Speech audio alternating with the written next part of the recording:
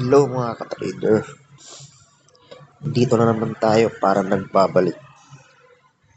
Tignan natin yung balance ng ating Bybit at kung ilan na ba yung tinubo ng ating trade. Okay. So pasensya na guys kasi medyo maingay dito sa loob. Yan. So kanina nakikita nyo ang balance ng aking trade kanina ay eto 17.71. So, tumubo na tayo ng kaya tumubo na tayo ng wait lang, calculate natin. Mahina tayo sa calculator. So, 18.69 minus 17.71.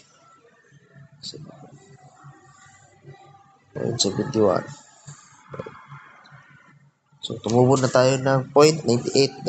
So, not bad. Hindi tayo so, yan na. Yan na siya, guys.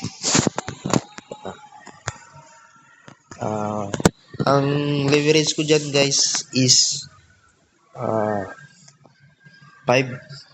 times lang. Kasi maliit pa yung account ko. So, inaalagaan ko talaga yung aking account. So, ganyan kaganda yung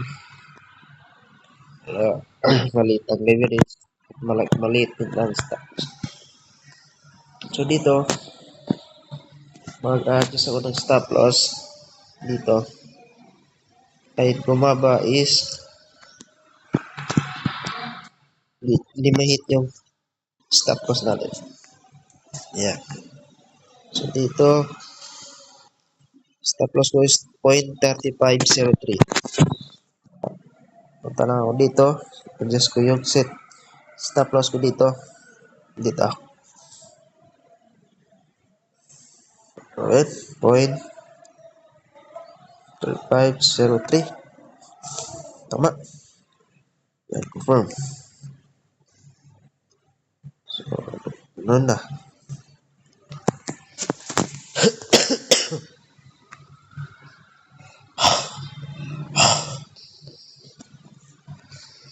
So, ayan na. Nag-adjust na ako ng stop loss. Para hindi masyado tayo masubugan. TP ko guys is nandito. Pag ma-reach ko yan, profit tayo. Pero pag hindi, wala talaga. Tayo magagawa na. So, update ko kayo guys sa aking trade. So, itong $17 natin is gagawin natin $100. So, madali lang yung kunin. Basta tiyaga-tiyaga lang. Okay, so, ganoon lang guys. Maraming salamat. Huwag niyo kalimutan mag-subscribe, mag-like, and share nyo na din sa mga friends nyo baka gusto matuto mag-trade.